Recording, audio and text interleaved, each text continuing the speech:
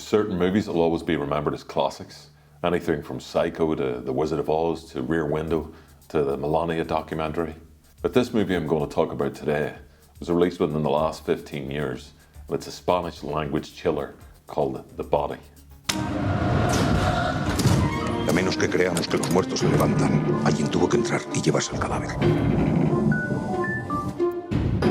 ¿Cómo que ha desaparecido? Maika ha desaparecido. ¿Qué?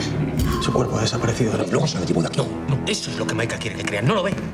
Esta noche serás mía.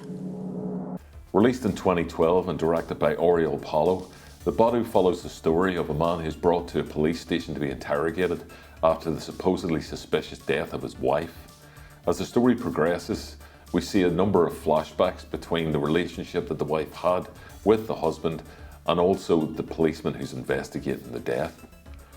Now, this film is very Hitchcockian. Cock, but it has definite supernatural undertones. What we find as we go through the story is we don't really know if the wife is missing or if she's really dead. The body disappears from the morgue, and it's at that point that the husband's brought in for interrogation under suspicion of how the wife died.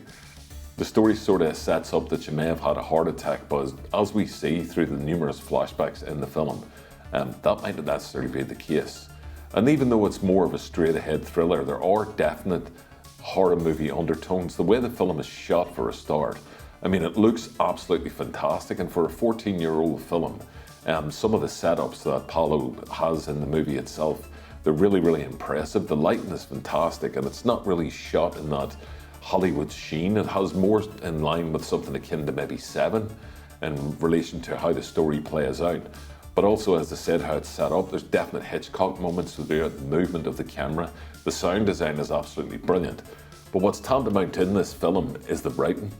The story keeps you guessing right until the very end, and it has one of those twist endings that is up there with The Usual Suspects or The Sixth Sense. It's a film that you shouldn't really be put off from.